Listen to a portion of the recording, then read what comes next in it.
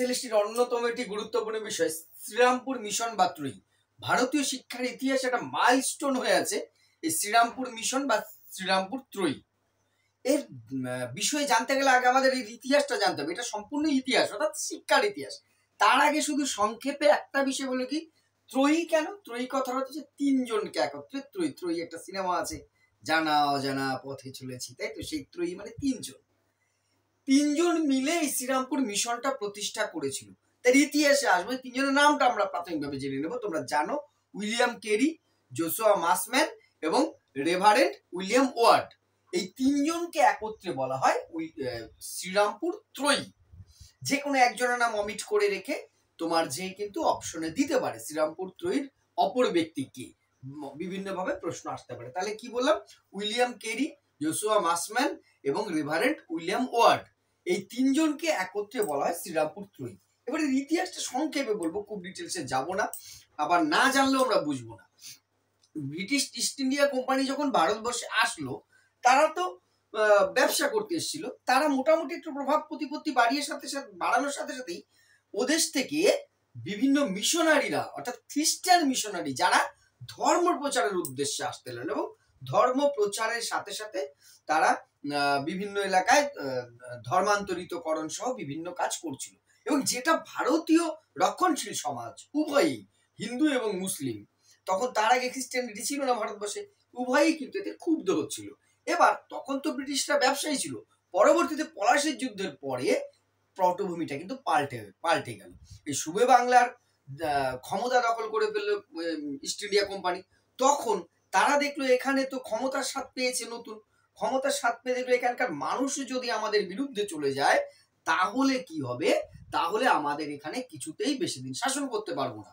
এই জন্য তারা মিশনারিদের আগমনের উপর তাদের অধিকৃত এলাকা, অর্থাৎ বাংলা প্রদেশের যে এলাকা দিয়ে ব্রিটিশরা ছিল সে এলাকায় নিষিদ্ধ ঘোষণা করে ব্রিটিশ মিশনারিদের বা খ্রিস্টান মিশনারিদের আগমনে। কারণ তারা বুঝলো এবারে এরা যদি জোর করে ধর্মান্তরিত বা ধর্ম প্রচার করে, তাতে হিন্দু মুসলিম উভয় কমিউনিটি আমাদের প্রতি ক্ষুব্ধ হবে। এর ফলে ব্রিটিশ মিশনারিরা আর অনুমতি ছাড়া বাংলা প্রদেশে কলকাতা বা সংলগ্ন রাজ্যে ঢুকতে পারতো না। এবার তোমরা জানো হয়তো পশ্চিমবঙ্গের কিছু এলাকা কিন্তু আলাদা আলাদা ছিল, যেমন শ্রীরামপুর ডেনমার্কের অধীনে ছিল, আবার যেমন তোমার এই চুচুড়া ফরাসি উপনিবেশ ছিল, এলাকাগুলো বিচ্ছিন্ন ছিল। কিন্তু খ্রিস্টান মিশনারিরা এতদিনে আবার তারাও একটা ধর্ম প্রচারের স্বাদ পেয়ে গেছে। ভারতবর্ষের দরিদ্র এবং অসংখ্য জনগণকে তারা ইতিমধ্যেই ধর্মের প্রসার ঘটনার একটা নেশা চেপে গেছে তাদের মধ্যে, তারাও ছাড়বার পাত্রপাত্রী নয়। তারা এই সুযোগটাকে কাজে রাখলো যে ব্রিটিশরা নিষেধ করেছে, ব্রিটিশদের বাইরে যেখানে ফরাসি বা তোমার যে ড্যানিশ, এদের যেখানে উপনিবেশ আছে আমরা সেখানে যাব, সেখানে তো বাধা নিষেধ নেই, তারা সাহায্য করবে। এই বলেই শুরু হলো। ঠিক এইরকম ভাবেই 1793 সালে 11 নভেম্বর উইলিয়াম কেরি ভারতবর্ষে বা কলকাতায় পদার্পণ করেন। অনুমতি ছাড়াই তিনি কিন্তু পৌঁছান। উইলিয়াম কেরির পাস্ট লাইফটা ছিল, তিনি ওখানে শিক্ষকতা করতেন, অনেক কিছু, কিন্তু পরবর্তীতে তিনি ধর্মযাজকে কাজ নেন। এবার এই শ্রীরামপুর মিশন এই অন্যান্য মিশনারির থেকে আলাদা বলেই সেটা আমরা পড়বো বা জানবো। কারণ শ্রীরামপুর মিশন শুধু ধর্ম প্রসার বা প্রচারের মধ্যে সীমাবদ্ধ থাকেনি, তারা ভারতবর্ষের কিন্তু বা পশ্চিমবঙ্গের বাংলা সাহিত্যে একটা বিরাট দিক নির্দেশ করেছে। এই জন্য শ্রীরামপুর মিশনকে পড়ছে। এবার উইলিয়াম কেরি আসলেন এবং 1794 সালে, এক বছর পর, নীলকুঠির একটা দায়িত্ব কাজ পেয়ে মালদায় চলে গেলেন, সেখানে কাজে চলে গেলেন। এবং সেখানে যে তিনি বিভিন্ন রকম ভাবে এলাকায় ছোট ছোট বাচ্চাদের পড়ানোর নীলকুঠির সাথে সাথে কিছু গ্রন্থ লেখালেখি শুরু করলেন। তার আগে যেটা তার শ্রীরামপুরে পরিচয় হয়েছিল, তিনি যার সাথে এসেছিলেন তার যে বাংলার শিক্ষক ছিলেন বাংলা শেখানোর জন্য, রামরাম বসু, বিখ্যাত পণ্ডিত বাংলার, সে রামরাম বসুর সাথে তার পরিচয় হয়েছে এবং তার কাছ থেকে তিনি বেশ কিছু বাংলা ভাষা সাহিত্য কিছু শিখেছেন, ব্যাকরণ। এবারে এমন একটা সময়ে কি হলো, তাহলে উইলিয়াম কেরি কবে পৌঁছলো? 1793 সালে। 1793 সালে উইলিয়াম কেরি কলকাতায় পৌঁছালেন 11 নভেম্বর। এই সাল তারিখগুলো এত মনে রাখা খুব টাফ, কিন্তু মনে রাখতে হবে, ইতিহাস পড়ার মতোই পড়তে হবে, এখানে কিছু করার নেই। ঠিক 1799 সালে ইংল্যান্ডে আর একটা ঘটনা ঘটলো। কি ঘটনা সেটা? ঘটনা ঘটলো সেখানে যে ব্যাপটিস্ট মিশনারি সোসাইটি, যাদের হয়েই কেরি এসেছিলেন, সে ব্যাপটিস্ট মিশনারি সোসাইটি সিদ্ধান্ত নিল ব্রিটিশরা যায়, মানে ব্রিটিশরা নয়, তারাও তো ব্রিটিশ, ইস্ট ইন্ডিয়া কোম্পানি যাই করুক না করুক, বাংলা প্রদেশে ভারতবর্ষের এই প্রভিন্সে আরো বেশি মিশনারি, তাদের মিশনটা চলবে, অর্থাৎ খ্রিস্টান মিশনারিদের পাঠানো হবে এখানে শিক্ষা এবং ধর্ম প্রচারের জন্য। সেই টিমেই দুজন মানুষ এসে আরো পৌঁছালো, সেটা ওই যে বাকি যে জোশুয়া মাসম্যান এবং তোমার যে উইলিয়াম ওয়ার্ড, তারা এসে পৌঁছালো কিন্তু এরপরে কলকাতাতে। এবং তারা তোমার যে উডওয়ার্ড গিয়ে কেরিকে মালদার থেকে কলকাতায় নিয়ে আসলেন এবং 1800 সালে নয়, এইটা হচ্ছে মাইলস্টোন আমাদের দেশ বা রাজ্যের। 1800 সালে এই তিনজন, কি নাম বললাম, উইলিয়াম কেরি, জোশুয়া মার্সম্যান আর হচ্ছে রেভারেন্ড তোমার যে উইলিয়াম ওয়ার্ড। কেরি, মার্সম্যান আর ওয়ার্ড, এই তিনজন, কেরি, মার্সম্যান আর উইলিয়াম ওয়ার্ড, এই তিনজনকেই বলা হচ্ছে শ্রীরামপুর ত্রয়ী। এই তিনজন মিলেই কিন্তু কি করলো, এই তিনজন মিলেই প্রতিষ্ঠা করলেন 1800 সালে শ্রীরামপুরে একটি ছোট্ট জায়গা নিলেন, নিয়ে তারা প্রথম শ্রীরামপুর মিশন তৈরি করেন। তাহলে শ্রীরামপুর মিশন কত সালে তৈরি হয় বা প্রতিষ্ঠা হয়? 1800 সালে। প্রতিষ্ঠাতা কারা? এই উইলিয়াম কেরি, জোশুয়া মার্সম্যান এবং উইলিয়াম ওয়ার্ড, এই তিনজন মিলে কত সালে? 1800 সালে শ্রীরামপুরে তৈরি করেন। কেরি এর আগে ফোর্ট উইলিয়াম কলেজ 1801 সালে উইলিয়াম কেরি এবারে একটা জব পেলেন, বাংলা সাহিত্য থেকে শুরু করে তার কাজ হলো। এবং ফোর্ট উইলিয়াম কলেজ ব্রিটিশরা তৈরি করেছিল কেন? এখানে যারা ব্রিটিশরা আসবে ভারতবর্ষে, তারা যাতে এই স্থানীয় ভাষা, কালচার এগুলো শেখে, তাদের জন্য এই কলেজটা প্রথম তৈরি হয়েছিল। সেই কলেজে 500 টাকা মাইনের চাকরি পেয়ে উইলিয়াম কেরি চলে যান, কারণ তিনি ভারতীয় সভ্যতা সংস্কৃতি এগুলো অনেক বেশি দক্ষ করে ফেলেছেন। এবং পরবর্তীকালে তার বেতন কিন্তু 1000 টাকার উপরে চলে যায়। এবং তারা এই বেতনটা নিজেদের এবং অন্যরা যে কাজ করতেন সমস্তটাই কিন্তু শ্রীরামপুর মিশনের ক্ষেত্রে কাজে লাগান। এখানে আরেকটা কথা বলি, মালদায় থাকাকালীন কেরি যে নীলকুঠিতে কাজ করতেন, তার যে মালিক, তার আগ্রহ উৎসাহ দেখে, যে একটা যদি হাতে লিখতেন বই ছাপাখানা, তিনি কলকাতা থেকে নিলামে একটি পুরনো প্রিন্টিং মেশিন, তখনকার মানে মুদ্রণ যন্ত্র, ছাপা কল, সেটা কিনে নিয়ে কেরিকে উপহার দেন এবং সেটা এনে কিন্তু শ্রীরামপুরে প্রতিষ্ঠা করা হয়। এর মধ্যে মার্সম্যান নিজে ছিলেন খুব মুদ্রণ পারদর্শী ছাপাখানায়, এবারে সেখানে কাজ শুরু করে। এবং শ্রীরামপুর ত্রয়ীর যে কাজ কর্ম, সেগুলো যদি আমরা জানতে চাই, জানার জন্য আমাকে দেখতে হবে মার্সম্যানের বিখ্যাত একটি বই আছে, হিস্ট্রি অফ শ্রীরামপুর। এই বইটা যদি আমরা দেখি, তাহলে এই বই থেকেই কিন্তু শ্রীরামপুর মিশনের কাজ, তাদের কি তাদের উদ্দেশ্য ছিল, সবকিছু ফুটে ওঠে। শ্রীরামপুর মিশনকে যদি আমরা জানতে চাই, আমাদের জানতে হবে এই বইটা কিন্তু হিস্ট্রি অফ শ্রীরামপুর মিশন, এই বইটা জোশুয়া মার্সম্যানের লেখা হিস্ট্রি অফ শ্রীরামপুর মিশন থেকেই মিশনের কর্মকাণ্ড উদ্দেশ্য গড়ে উঠেছে। এবার আমরা দেখবো শ্রীরামপুর মিশনের কার্যাবলী কি, আমি একে একে আসছি।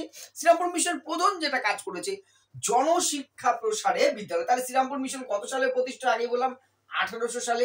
প্রতিষ্ঠাতা কে বলেছি? তিনজন, কেরি, মার্সম্যান আর ওয়ার্ড, এদেরকে একত্রে শ্রীরামপুর ত্রয়ী বলা হয়। শ্রীরামপুর মিশনকে শ্রীরামপুর ত্রয়ী কেন বলা হয়? তিনজন ছিল যারা এর মূল প্রতিষ্ঠাতা। এবার শ্রীরামপুর মিশনের কার্যাবলী, যেটা আমরা হিস্ট্রি অফ শ্রীরামপুর মিশন থেকে জানতে পারি, প্রথম এবং প্রধান যেটা তাদের কাজ ছিল, সেটা হচ্ছে জনশিক্ষায় বিদ্যালয় প্রতিষ্ঠা। জনশিক্ষা, এই প্রথম কোন মিশনারি যারা জনশিক্ষার জন্য উদ্গ্রীব বলাটা খুব পদক্ষেপ গ্রহণ করে। এর আগে অনেক মিশনারি এসেছে, তাদের মূল উদ্দেশ্য ছিল যেন তেন প্রকারে ধর্মের বলিটা খাইয়ে দাও, ঝামেলা শেষ। এবং এই করে কেউ কেউ বিখ্যাত হয়ে গেছে, অনেক প্রাইজ টেজ, আমি সে বিতর্কে আর যাচ্ছি না। তাই হোক, তারা বিদ্যালয় প্রতিষ্ঠার উপরে কিন্তু জোর দেয়। 1800 সালেই শ্রীরামপুর মিশন প্রতিষ্ঠার সাথে সাথেই এই শ্রীরামপুরেই তারা দুটি বিদ্যালয় কিন্তু প্রথমেই প্রতিষ্ঠা করেন। এই প্রথম দুটি বিদ্যালয় ছিল কাদের জন্য? এই বিদ্যালয়গুলি প্রথমত ছিল যারা খ্রিস্টান ধর্মে দীক্ষিত হয়েছে নতুন করে, বা যারা বিদেশ ইউরোপিয়ানরা এসছে, তাদের সন্তানদের আদব কায়দা শেখানোর জন্য প্রথম তৈরি হয়েছিল। তোমার যে এই দুটি বিদ্যালয়।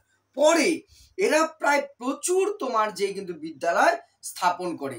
1817 সালের মধ্যেই শ্রীরামপুর মিশন, অবাক হয়ে যাবে সে যুগে, আজ থেকে 200 বছরেরও বেশি আগে, প্রায় 109টি বিদ্যালয় তৈরি করে ফেলে, এবং যেখানে ছাত্র সংখ্যা প্রায় 1765 জন ছিল সে সময়, তথ্য বলছে, সরকার হিসেব বলছে। অর্থাৎ দেখো 17 বছরের মধ্যে 109টা স্কুল তৈরি করেছে একটা বেসরকারি মিশন, এটা ভাবা যায় না কিন্তু। তাহলে গণশিক্ষা প্রসারে, এবং আরো 1 বছর পরে সেই বিদ্যালয়টি যে দাঁড়ায়, দেখো ছাত্র সংখ্যাও কি হারে বেড়েছে। 1818 সালের মধ্যে দেখা যায় বিদ্যালয়ের সংখ্যা দাঁড়ায় 111টি। 111টি দাঁড়ালো মাত্র 18 বছরের মধ্যে, এবং ছাত্র সংখ্যা কিন্তু চরম হারে বাড়লো, প্রায় 8000-এর উপরে ছাত্র দাঁড়ালো সেই সময়, যে তোমার যে 8097 জন ছাত্র ছিল 18। তাহলে এই যে এতজন শিক্ষার্থী ভর্তি হচ্ছে, তাহলে মানুষের ইন্টারেস্ট বাড়ছে, তারা জোর করে নিশ্চয়ই করেনি। তাহলে এই গণশিক্ষা প্রসারে কিন্তু শ্রীরামপুর মিশনের একটা অন্যরকম ভূমিকা ছিল। এবারে যে তারা যে বিদ্যালয়গুলো প্রতিষ্ঠা করছে, সেখানে কি শেখাতো যে মানুষের আগ্রহ বাড়লো? তাদের কথা আমরা এতটা শুনছি, এতবার বলছি, তার অন্যতম কারণ তাদের পাঠ্যক্রম।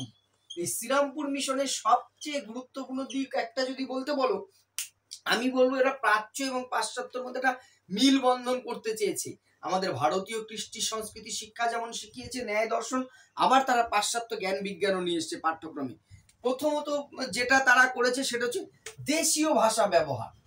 এই যে শ্রীরামপুর মিশন অন্যতম, তারা জোর করে ইংরেজি বা ব্রিটিশদের ভাষা চাপিয়ে দেয়নি তারা, কারণ আমরা দেখেছি উইলিয়াম কেরি, রামরাম বসু অন্যের কাছ থেকে নিজে বাংলা শিখেছে। এরপরে আমরা অনুবাদক সাহিত্যে আসবো, পত্রিকার প্রকাশ, সেখানে দেখবো কেন শ্রীরামপুর মিশনকে আমরা মাথায় করে রাখছি, তার যথেষ্ট কারণ রয়েছে বলে। তারা দেশীয় ভাষার তোমার যে শিক্ষা দিতে করে। আর গণিত, আমাদের ভারতীয় গণিত তো ছিলই, কিন্তু তারা যে সাধারণ পাটিগণিত, বীজগণিতের এই ধারণাগুলো আরো বেশি করে তোমার যে শেখাতে লাগলো। জ্যোতির্বিদ্যা, এটা বলতে পারো আমাদের ভারতীয়দের একটা পেটেন্ট রয়েছে এতে। সেই জ্যোতির্বিদ্যা কিন্তু তারা অবহেলা না করে সেটাকে আরো বেশি আগ্রহী করা, বিজ্ঞানসম্মত করার চেষ্টা করেছে। জ্যোতির্বিদ্যা শেখানো হতো, আর শেখানো হতো ভূগোল, আর হচ্ছে ইতিহাস, এবং ভারতীয় ইতিহাস ও পাশ্চাত্য ইতিহাস, উভয় ইতিহাসই কিন্তু শেখানোর উপরে জোর দেওয়া হয়েছে। এর বাইরে বিজ্ঞান ও নীতি শিক্ষাও কিন্তু পাঠ দেওয়া হতো, পাশ্চাত্যের বিজ্ঞান আর তোমার যে নীতি শিক্ষা। এইভাবে করে তারা কিন্তু কি করলো, যে সমস্ত বিষয়গুলো আধুনিক বিষয়ের পাঠদান করতো, যার ফলেই কিন্তু তোমার যে আগ্রহ বাড়লো। তাহলে শ্রীরামপুর মিশনের এই বিষয়গুলো শেখানোর উপর জোর দেওয়া হয়েছে। এবারে যেটা আমরা বলবো সেটা হচ্ছে পাঠ্যপুস্তক। শ্রীরামপুর মিশনে যে মুদ্রণ যন্ত্র কেনা হয়েছিল, আমরা আগেই বললাম, মানে উপহার পেয়েছিলেন কে, এই মুদ্রণ যন্ত্রটা মেনলি রামায়ণ বাইবেল অনুবাদের জন্যই করা হয়েছিল, কিন্তু তারা কিন্তু তার মধ্যে সীমাবদ্ধ থাকেনি। তারা বিভিন্ন বাংলা বই, এছাড়া রামায়ণ, মহাভারত, তার যে বিভিন্ন ছাপা আকারে সেটা কিন্তু প্রকাশ করে, এবং বাংলা সাহিত্যের একটা নতুন দিক খুলে দেয় কিন্তু শ্রীরামপুর ত্রয়ীর এই পাঠ্যপুস্তক রচনা। এটা হচ্ছে সবচেয়ে ইম্পর্টেন্ট। পরে অন্য অবদানের মধ্যে ডিটেলসে আসবো এটা। এবার শিক্ষক শুধু টিচার নিয়োগ করা নয়, তারা কি করলো, এই 1818 সালে শ্রীরামপুর মিশন একটি নর্মাল স্কুল প্রতিষ্ঠা করলো। আমরা জানি সেই বিদ্যাসাগরের সময় শুনেছি নর্মাল স্কুল কি। নর্মাল স্কুল হচ্ছে এখনকার বিএড কলেজ বা ডিএলএড কলেজ, যেটা অর্থাৎ যেখানে শিক্ষকদের প্রশিক্ষণ দেওয়া হতো। এবারে যে বিভিন্ন গ্রামে গ্রামে স্কুল তৈরি করেছে, নদিয়া, মালদহ, মুর্শিদাবাদ, দিনাজপুর, তোমার যে বিক্রমপুরে, এই স্কুলগুলো তৈরি করতে সেখানে শিক্ষক নিয়োগ করতে হতো। এই 3 জন যে তো সব জায়গায় পড়াতে পারবে না, কি করতেন, স্থানীয় এলাকার যারা বেকার বা উৎসাহী কোনো যুবক আছে যারা পড়াতে চায়, তাদেরকে প্রথমে নর্মাল স্কুলে নিয়ে আসা হতো। এই নর্মাল স্কুলে তাদের কিছুদিন ট্রেনিং দিয়ে তারপরে সেখানে শিক্ষকতার যুক্ত করা হতো। তাহলে শ্রীরামপুর মিশন কত সালে নর্মাল স্কুল প্রতিষ্ঠা করে? 1880 সালে। এবার পদ্ধতি, শিক্ষণ পদ্ধতি, তারা বেল পদ্ধতি। বেল পদ্ধতি আসলে কি? বেল পদ্ধতি হচ্ছে আমাদের দেশের আগে যেটা পড়েছি আমরা, সর্দার পরপ্রথা। তারা দেখলো এইটা বেশ জনপ্রিয় করা যায়, কারণ এই প্রথাটা অল্প ব্যয়ে বেশ জনপ্রিয়। সর্দার পরপ্রথা মানে উপরের শ্রেণীর ছাত্ররা ছোটদেরকে পড়িয়ে যাচ্ছে, এটা কি তারা নতুন ভাবে বেল পদ্ধতি বললো। সর্দার পরপ্রথার সাথে তাহলে কোন পদ্ধতির মিল আছে? এই যে বেল পদ্ধতিকে, সর্দার প্রথাকেই ঘুরিয়ে বলা হচ্ছে আর কি বেল পদ্ধতি। এইবার নারী শিক্ষা, শ্রীরামপুর মিশনের অন্যতম যদি একটা ভালো দিক দেখো, অনেকগুলো দিকের মধ্যে, সেটা হচ্ছে নারী শিক্ষা। তারা নারী শিক্ষার প্রসারে বিশেষভাবে সচেষ্ট হয়েছিল এবং এই জন্যই সমাজের কিছু মানুষের চক্ষুশূল হয়েছে তারা সেই। এবং সেখানে এই শ্রীরামপুর মিশনের কিছু উদাহরণ পাবে কিছুটা দিকেই অ্যান্টনি ফিরঙ্গি সিনেমাটা দেখলে, তাই তো? সেখানে আছে শ্রীরামপুর মিশনের কথা একটুখানি, যে ধর্মান্তরিত খ্রিস্টান হয়েছিল সেই বিষয়টা অ্যান্টনি। তো সেই নারী শিক্ষা 1828 তোমার যে 1818 সালের মধ্যে দেখো, নর্মাল স্কুল প্রতিষ্ঠা করার সময়কালের মধ্যে 1828 সালের মধ্যে অনেকগুলি নারী বিদ্যালয়, মহিলাদের জন্য বা নারীদের জন্য, বালিকাদের জন্য প্রায় 28টি স্কুল স্থাপন করে ফেলে এই শ্রীরামপুর মিশন। 1828 সালের মধ্যে 28টি স্কুল, নারী বিদ্যালয় বা বালিকা বিদ্যালয়। এবং পরে এটা সংখ্যাটা যে দাঁড়ায় 31টি। এবং অবাক হয়ে যাবে, ছাত্রীর সংখ্যা কিন্তু মোটেই কম নয়। সেই সময় দাঁড়িয়ে মেয়েদের স্কুলে ভর্তি করা খুব টাফ ব্যাপার ছিল। প্রায় 510 জন ছাত্রী কিন্তু এই মিশনের বিভিন্ন স্কুলে, বালিকারা কিন্তু ভর্তি হয়, ভালো ভালো ঘরের মেয়েরা। তাহলে নারী শিক্ষা বিস্তারও আমরা বলতে পারি শ্রীরামপুর মিশনের কিন্তু একটা অবদান রয়েছে। এইবার সবচেয়ে বড় অবদান উচ্চশিক্ষা। মিশন কিন্তু উচ্চশিক্ষার প্রসারে একটা অন্যতম ভূমিকা নিয়েছে, যার উদাহরণ এখনো শ্রীরামপুর গেলে দাঁড়িয়ে আছে 200 বছরের বেশি সময় ধরে। এই যে 1818 সালের 15ই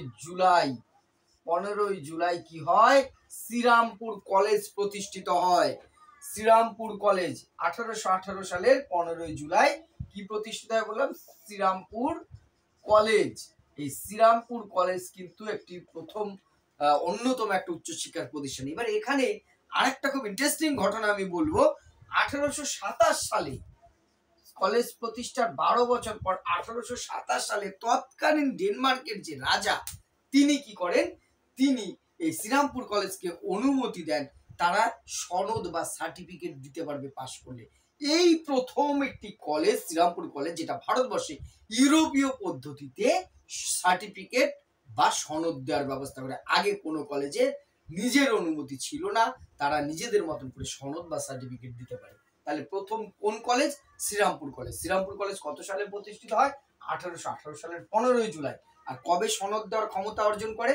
1827 সালে ডেনমার্কের রাজা, শ্রীরামপুরটা ডেনমার্কের অধীনে ছিল, এই ডেনমার্কের রাজা অনুমতি দেয় যে এখানে চাইলে কি করতে পারবে, এখানে চাইলে এই কলেজ নিজেদের মতন করে সনদ দিতে পারবে। ঠিক আছে? এছাড়া আরো কিছু গুরুত্বপূর্ণ দিক আছে। প্রথমত শিক্ষা প্রশাসন। শিক্ষা প্রশাসনের একটা নতুন দিগন্ত বা দিক খুলে দেয় তোমার যে এই শ্রীরামপুর মিশন। শিক্ষা প্রশাসন, এই যে উইলিয়াম কেরি, মার্সম্যান এবং ওয়ার্ড, এরা তিনজনেই একটা কমিটি করে তার মধ্যে ছিল কিভাবে পরিচালনা হবে, এবং তারাই সবকিছু দেখতে, কিন্তু সব জায়গায় তো তাদের পক্ষে দেখা সম্ভব নয়। এই জন্য একটি পরিদর্শক তিনি বিভিন্ন জেলায় পরিদর্শক নিয়োগ করেন তারা, মানে inspector, DI, district inspector of school অফিসগুলো আছে না, ডিআই অফিস বলি আমরা, এসআইআই বলি, সেই রকম তোমার যে পরিদর্শক নিয়োগ করেন। পরিদর্শকের কাজ কি ছিল? তারা বিভিন্ন জেলায় যে নির্মাণ করা হয়েছে, প্রতিষ্ঠা করা হয়েছে প্রাথমিক বিদ্যালয়গুলো, বালিকা বিদ্যালয়গুলো, সেইগুলো দেখে কি সুবিধা কি অসুবিধা তার রিপোর্ট দেওয়া, কোনো খামতি থাকলে, ত্রুটি থাকলে সেটা তুলে ধরা। এই ছিল শিক্ষা প্রশাসনের নিয়োগ করা তোমার যে পরিদর্শকদের কাজ। এছাড়া আরো দুটো গুরুত্বপূর্ণ দিক রয়েছে এখানে তোমার। শ্রীরামপুর মিশন বিভিন্ন কাজের মধ্যে যেটা করেছে, মাসিক পরীক্ষার ব্যবস্থা। তার আগে কিন্তু ভারতবর্ষে শিক্ষা ছিল, সেখানে কিন্তু পরীক্ষা ব্যবস্থাটা অন্যরকম ছিল। শিক্ষার শেষে একদম পরীক্ষা হতো, ফরম্যাটিভ। কিন্তু শ্রীরামপুর মিশন সে এখনকার ইউনিট টেস্ট বলো, কিউমুলেটিভ কম্প্রিহেনসিভ ইভ্যালুয়েশন বলো, সেটা চালু করে। তারা কিন্তু মাসে মাসে পরীক্ষা ব্যবস্থা প্রবর্তনের উপরে জোর দেয়, কন্টিনিউয়াস ইভ্যালুয়েশনের উপর আজ থেকে 200 বছরের বেশি বছর আগে তৈরি করে। আর একটা যেটা করা হয়, লাস্ট এটা বলবো, তারপরে অবদান আসবে বা অন্যান্য দিকগুলো আসবো আগে। উৎসাহ ভাতা বা পুরস্কার, এই এখনকার সরকারি বিভিন্ন প্রকল্পের ভাতা নয়, কিন্তু যারা স্কুলে ভর্তি হচ্ছে, পড়াশোনায় ভালো, একটু ভালো রেজাল্ট করছে, ছেলে মেয়েদের আরো বেশি আকর্ষণ, বিদ্যালয়ের প্রতি আকর্ষণ বাড়ানোর জন্য কি করা হলো, তারা উৎসাহ ভাতা প্রদান করলেন। বিভিন্ন ভালো রেজাল্ট করলে ভর্তি হলে তাদেরকে বিভিন্ন রকম পুরস্কার দেওয়া হতো। এইটা কেন করা হলো, এটা করে যাতে শিক্ষার প্রতি আগ্রহ বাড়ে, মিশন থেকে মানুষ বিচ্ছিন্ন না হয়, এই জন্য উৎসাহ ভাতা প্রয়োগ করা হয়। এইবার এর বাইরেও কিন্তু শ্রীরামপুর মিশন তো তোমার যে এই কাজগুলো করলোই, শিক্ষার সংস্কারের কাজ দেখলাম, এবার এর বাইরে তাদের কিছু অন্যান্য কাজ আছে যেগুলো সমাজে কিন্তু একটা বিরাট বিরাট উন্নতির করেছে। যেগুলো তার মধ্যে অন্যতম হচ্ছে সংবাদপত্র প্রকাশ। এতক্ষণ আমরা শিক্ষা সংক্রান্ত কাজ করে দেখলাম শ্রীরামপুর মিশনে, তার বাইরে শ্রীরামপুর মিশন অন্যান্য যে কাজ করেছে তার মধ্যে অন্যতম হলো এই সংবাদপত্র প্রকাশ। ঠিক আছে, ভারতের প্রথম সংবাদপত্র কি আমরা জানি হিকির বেঙ্গল গেজেট। মনে রেখো, এটা কিন্তু সিলেবাসের বাইরে হলো, একেবারে বাইরেও নয়। হিকি সাহেব যে পরিচালনা করতেন তাই বলা হতো হিকি। বেঙ্গল গেজেট এটা হচ্ছে ভারতের প্রথম সংবাদপত্র। এটার সাথে শ্রীরামপুরের কোনো সম্পর্ক নেই, কিন্তু বললাম ভারতের প্রথম সংবাদপত্র বেঙ্গল গেজেট। কিন্তু 1818 সালে, 1818 সালটা কিন্তু খুব ইম্পর্টেন্ট শ্রীরামপুর মিশনের জন্য। বহু কিছু হয়েছে এই টাইমটায়। দেখো, এই 1818 সালে মে মাস নাগাদ, তোমার যে মে মাসে এইখানে একটা ইম্পর্টেন্ট ঘটনা যেটা ঘটলো, প্রথম একটা বাংলায় সংবাদপত্র প্রকাশিত হলো, যার নাম হচ্ছে সমাচার দর্পণ। এই সমাচার দর্পণ নামটা কিন্তু আমরা মনে রাখবো সাল সহ। সমাচার দর্পণ কবে প্রকাশিত হয়? 1818 সালের মে মাসে। সমাচার দর্পণ হচ্ছে বাংলা ভাষায় প্রকাশিত প্রথম সাপ্তাহিক পত্রিকা। এটা কেমন পত্রিকা ছিল? মাসিক, দৈনিক, পাক্ষিক এটা তা কিন্তু নয়, এটা ছিল একটা সাপ্তাহিক পত্রিকা। সমাচার দর্পণ ছিল সাপ্তাহিক পত্রিকা, মানে উইকলি বেরোতো এটা। এই সমাচার দর্পণ প্রায় 1840 সাল পর্যন্ত, মে থেকে 1840 সাল, 22-23 বছর ধরে কিন্তু নিয়মিত সাপ্তাহিকভাবে এটা প্রকাশিত হয়েছে। সম্পাদক ছিলেন এই মার্সম্যান। এই তাহলে এইভাবেও কিন্তু আসতে পারে। সমাচার দর্পণ পত্রিকার সম্পাদককে জোসুয়া মার্সম্যান ছিলেন এর তোমার যে সম্পাদক। এবার এরই একটা ফার্সি সংস্করণ বেরোয়, এই সমাচার দর্পণেরই ফার্সিতে বেরোয়। তখন ফার্সি ভাষা প্রচলিত ছিল। তার নাম কি ছিল? আকবর। এই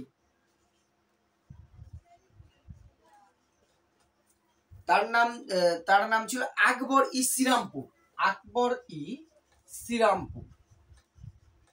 আকবর মানে ফার্সিতে পেপার কথাটা বোঝায়, পত্রিকাটা। আকবর ই শ্রীরামপুর হচ্ছে সমাচার দর্পণের ফার্সি ভার্সন। একই পেপার মনে করো, এটা ফার্সিতে অনুবাদ করে বেরোতো। আর মার্সম্যান ছিলেন তার কারণ তারা বিভিন্ন ভাষায়, বিশেষ করে কেরি বিভিন্ন ভাষায়, প্রায় 40টির উপরে ভাষায় তিনি পারদর্শী হয়ে গেছিলেন। ফলে তার পক্ষে এটা করা এমন কিছু ব্যাপার ছিল না। সমাচার দর্পণের পূর্বে এইটাই আমরা বলতে পারি, কিন্তু এর পূর্বে না আর একটা পেপার বেরিয়েছিল, সেটা এই এপ্রিল মাস নাগাদ, মানে 1818তেই কয়েকদিন আগে আর একটা খবরের কাগজ, সেরকম না, খবরের কাগজ বললে ভুল হবে, এটা ছিল মাসিক একটা পত্রিকা বেরিয়েছিল, সেটা হচ্ছে দিকদর্শন। এটা কেন বেরিয়েছিল সেটাও আমাদের কিন্তু জানা দরকার, এটা আগে বললে আমার ভালো হতো। যাই হোক, দিকদর্শন কিন্তু অতদিন অব্দি চলেনি বলে অতটা ফেমাস হয়নি। মাসিক পত্রিকাটা যুবকদের জন্য ছিল, যারা হতাশাগত, কি করব, কাজের সন্ধানে রয়েছে, তাদের জীবনের, তাদের মনে প্রশ্ন জাগানোর জন্য, জ্ঞান বিজ্ঞান সম্পর্কে চেতনা বাড়িয়ে তোলবার জন্য, আগ্রহ বাড়ানো এবং আগ্রহ নিরাসন করা, সেই বিষয়ে দিক নির্দেশের জন্য দিক দর্শন নামক একটি পত্রিকা প্রকাশিত হয়। এটাও কিন্তু শ্রীরামপুর থেকে, এবং এটার ইংলিশ ভার্সন ছিল দ্য ফ্রেন্ডস অফ ইন্ডিয়া। লিখলাম নামে, দ্য ফ্রেন্ডস অফ ইন্ডিয়া ছিল এটার ইংলিশ ভার্সন। এবার একটু গেল, এইখানে কিন্তু অনেকগুলো প্রশ্ন আসে, খেয়াল রেখো, পরে আমি এগুলো শর্টে আসবো। এবারে এরপর আসে সমাজ সংস্করণ। শুধু সংবাদপত্র প্রকাশনাই থেমেছিল অন্যান্য কাজের মধ্যে তা নয়, তাদের কিন্তু আর একটা দায়িত্ব যেটা ছিল 2 নম্বরে যদি আমরা দেখি, সেটা হচ্ছে সমাজ সংস্কারেও কিন্তু শ্রীরামপুর ত্রয়ী বিশেষ ভূমিকা রেখেছে। কি ভূমিকা রেখেছে? সেই সময় সমাজের যে ব্যাধিগুলো ছিল, সতীদাহ প্রথা রদ করা, তারপরে তোমার কি বলে ওটাকে, বিবাহ বিবাহ প্রচলন করা, এই নিয়ে কিন্তু তারা জনমত গড়ে তোলে এবং তাদের এই জনমতের কারণেই তৎকালীন হিন্দু সমাজের যারা মাথা ছিলেন তারা কিন্তু অনুভব করলেন যে রিফর্ম করা দরকার আছে, আমাদের ধর্মের যদি সংস্কার না করা হয় এই ধর্মকে টিকিয়ে রাখা যাবে না, দলে দলে মানুষ খ্রিস্টান হয়ে যেতে পারে। তারপরেই তো ভারতবর্ষে তথা পশ্চিমবঙ্গে একটা রেনেসাঁসের সূচনা হলো, সতীদাহ প্রথা বন্ধ হলো, বিধবা বিবাহ প্রচলন হলো, ঈশ্বরচন্দ্র বিদ্যাসাগর থেকে শুরু করে এই যে বিভিন্ন মনীষীরা কিন্তু একটা সামাজিক আন্দোলন গড়ে তোলেন বাধা বিপত্তি আসার পর মিশনারিরা। এবং সবচেয়ে বড় যেটা ব্যাপার হলো গঙ্গাসাগরে সন্তান বিসর্জন দেওয়ার মতন একটা প্রথা ছিল, যার বিরুদ্ধে এরা এতটাই সোচ্চার হলো যে 1802 সালে কিন্তু এই গঙ্গাসাগরে সন্তান, লর্ড ওয়েলেসলি ছিলেন তখন আমাদের হচ্ছে বড় লর্ড গভর্নর জেনারেল, সেই ওয়েলেসলি 1802 সালে গঙ্গাসাগরে সন্তান বিসর্জন দেওয়াটাকে সম্পূর্ণরূপে নিষিদ্ধ করে। তার আগে গঙ্গাসাগরে যে সন্তান বিসর্জন দেওয়ার একটা প্রথা বা প্রচলন ছিল সেটা বন্ধ হয়। এবং আরেকটা অবদানের দিকে আমরা তাকাবো, বাংলা সাহিত্যের বিকাশ। 3 নম্বরে আসবো আমরা, বাংলা সাহিত্যের বিকাশ। এটাও কিন্তু শ্রীরামপুর ত্রয়ী বা শ্রীরামপুর মিশনের একটি অন্যতম তাই কাজ, বাংলা সাহিত্য। এই জন্যই তো শ্রীরামপুর মিশনকে অন্য মিশনের থেকে আলাদা করে দেখা হয় এবং তাকে এতটা গুরুত্ব দেওয়া হয়। অন্য মিশনারিরা এসেছেন জোর করে হোক, লোক দেখি হোক, যে কোনো ভাবে হোক তার ধর্ম প্রচার করেছেন, চলে গেছেন। কিন্তু শ্রীরামপুর মিশন শুধু ধর্মের মধ্যে আবদ্ধ থাকেনি, তারা বিভিন্নভাবে তোমার যে মানুষের ভালো দিক করেছে আমাদের দেশে। 1800 সালে প্রথম কেরির যে বাইবেল অনুমোদিত হয়, বাইবেল অনুমোদিত বাংলা ভাষায় বেরোয় মঙ্গল সমাচার বলে। তাহলে প্রথম যে বাংলা সাহিত্য মঙ্গল সমাচার। এবার এখানে একটা কথা বলছি, এর আগে আমাদের আমাদের বাংলা ভাষায় গদ্যরূপ তেমন ছিল না, যা ছিল ব্যক্তিগত চিঠি চাপাটি এর মধ্যে। কিন্তু বাংলা ভাষার যে লিখিত রূপ যদি তুমি দেখো সেভাবে করে কিন্তু সে সময় অবধি পাওয়া যায় না, ঠিক আছে। এই সেই দিক থেকে এটাই, এই যে মঙ্গল সমাচার মতিয়ের রচিত, এইটা হচ্ছে একটা গুরুত্বপূর্ণ মাইলস্টোন হয়ে আছে কিন্তু আমাদের বাংলা সাহিত্যের ক্ষেত্রে, হোক সেটা টপিক যাই হোক, কিন্তু বাংলা সাহিত্যে একজন বিদেশি এসে সে বাংলা সাহিত্যের ইমপ্রুভ করছে, কিছু লিখছে, এর চেয়ে আর কি বলতো, এটাই কিন্তু বাংলা ভাষার প্রথম ছাপা বই। যদি তোমাকে বলে বাংলা ভাষায় প্রথম ছাপা বই কোনটি, সেক্ষেত্রে কিন্তু তোমাকে এটাই বলতে হবে, মঙ্গল সমাচার মতিয়ের রচিত বা মঙ্গল সমাচারটাই কিন্তু খেয়াল রাখবে। এবং প্রায় 40টি ভাষায়, ভারতীয় 40টি ভাষায় এই সময় বাইবেল কিন্তু অনুমোদিত হয়। 1818 সালে কি করে কেরি এই শ্রীরামপুর মিশন থেকেই বাংলা ইংরেজি ডিকশনারি অনুবাদ, কারণ তখন ইংরেজি ভাষা, আমরা এখনই ইংরেজি ভাষায় দুর্বল আটকে যাই, তো সে সময় ইংরেজি ভাষার আরো বেশি ইয়ে ছিল, নতুন ভাষা একরকম, সেটা যাতে ট্রান্সলেট করা যায় সহজে, বাংলা ইংরেজি ভাষার একটা তোমার যে ট্রান্সলেটার বা অনুবাদক ডিকশনারি তৈরি করেন, কিন্তু প্রকাশ করেন, ছাপারূপ প্রকাশ করেন এই শ্রীরামপুর মিশন, ঠিক আছে। এছাড়া এই কেরির কিছু বিখ্যাত বই আছে, প্রথম হচ্ছে কথোপকথন, খুব বিখ্যাত, ভাবো একবার, বাংলায় লিখছেন উইলিয়াম কেরির মতন, এবং ইতিহাসমালা, এইগুলো কিন্তু সে সময় শ্রীরামপুর মিশন থেকেই প্রকাশিত হয়। তাহলে কেরির লেখা বই কথোপকথন, ইতিহাসমালা, এইগুলো কিন্তু প্রকাশিত হয় তোমার যে, তাহলে যে ভাষার একটা গদ্যরূপ ছিল না সেই ভাষাকে গদ্যরূপ দিয়েছে শ্রীরামপুর মিশন, এই জন্যই তাকে এতটা গুরুত্ব দেওয়া হয়। এর বাইরে আরো একটি অবদান দেখেছে, ভারতবর্ষের বেশিরভাগ মানুষ কি কৃষিজীবী, তখন তো প্রায় সবাই মানুষ প্রায় কৃষিজীবী, সে কৃষিজীবী মানুষের উন্নতি করাটা খুব দরকার আমাদের দেশে। কৃষিজীবী মানুষের উন্নতির জন্য তারা কি করলো, কৃষি সমিতি গঠন, এই কৃষি সমিতি গঠনের একটা কিন্তু উদ্যোগ গ্রহণ করা হয় এবং এগ্রিকালচারাল সোসাইটি অফ ইন্ডিয়া তৈরি হয় এই এদের উদ্যোগেই, এগ্রিকালচারাল সোসাইটি অফ ইন্ডিয়া।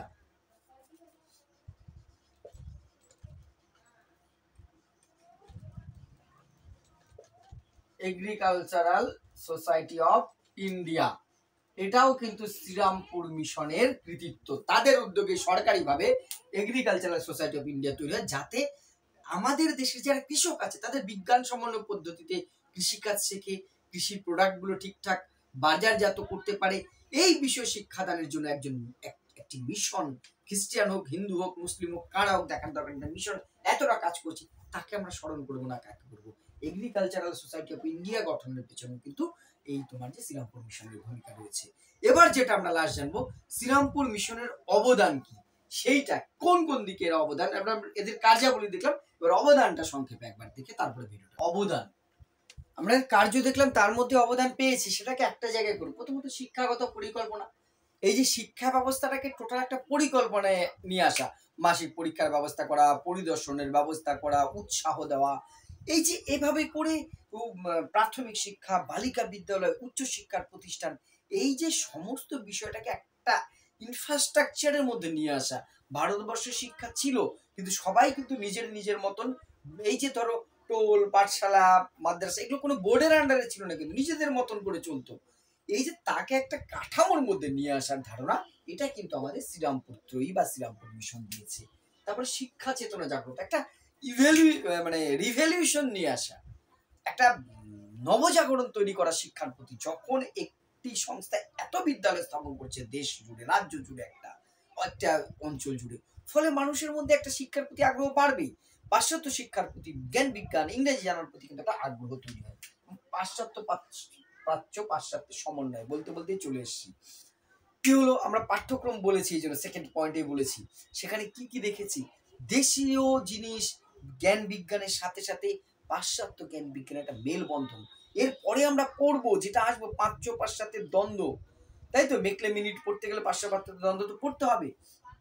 তো খুব স্বাভাবিকভাবেই সে প্রাচ্য পাশ্চাত্যের দ্বন্দ্বের অবসান না রেখেই প্রাচ্য পাশ্চাত্যকে এক করে নিয়ে যাওয়া এবং মানুষের সমর্থন নিয়ে শিক্ষাটাকে এগিয়ে কিভাবে নিয়ে যেতে হয়, তার কিন্তু পথ প্রদর্শক এই তোমার যে শ্রীরামপুর ত্রয়ী বা শ্রীরামপুর মিশনের এই তিন ব্যক্তিত্ব।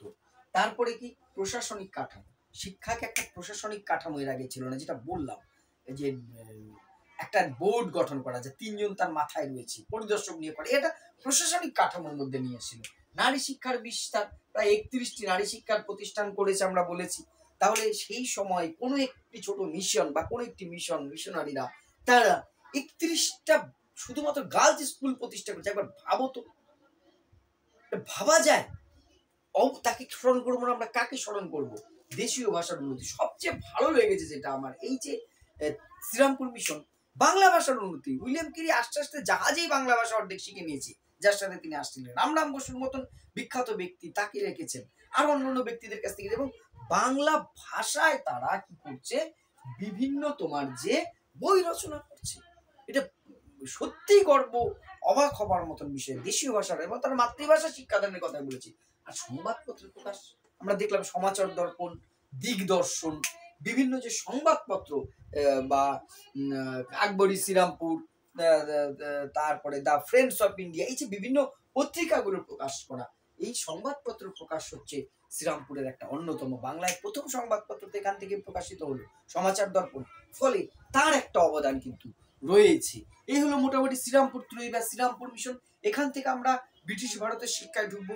এরপরে আস্তে আস্তে দেখবো প্রাচ্য পাশ্চাত্যের দ্বন্দ্ব, সনদান কি, জিসিপিআই কি, এখান থেকে ছোট ছোট বহু প্রশ্ন আসতে পারে।